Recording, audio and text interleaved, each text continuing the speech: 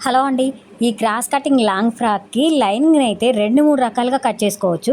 అయితే నేను ఒక పద్ధతిలో ఇప్పుడు చూపిస్తున్నాను. ఈ పద్ధతిలో కట్ చేస్తే ఎక్కువ లైనింగ్ అయితే పట్టదు. 4, 5 మీటర్లు పట్టే లైనింగ్‌కి బదులుగా 3 మీటర్లలోనే కట్ చేసుకోవచ్చు. ఇది లోపల లంగాల కటింగ్ మాదిరిగా ఉంటుందన్నమాట.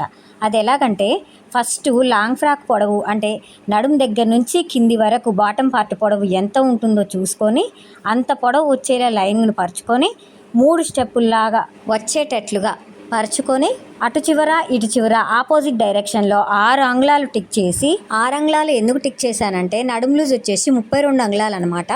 ఇవి మొత్తం అటు 3 ఇటు 3 6 ముక్కలైతే వచ్చాయి కదా. 6 ఇంటూ 6 6 36 36 నడుము లూజ్ అయితే వచ్చింది కదా. అందులో జాయింట్లకు 4 అంగుళాలు పోగా 32 అంగుళాలు అయితే అసలు లూజ్ అనేది వచ్చేస్తుంది అనమాట. దానికోసం 6 అంగుళాల వరకు టిక్ చేశాను అనమాట.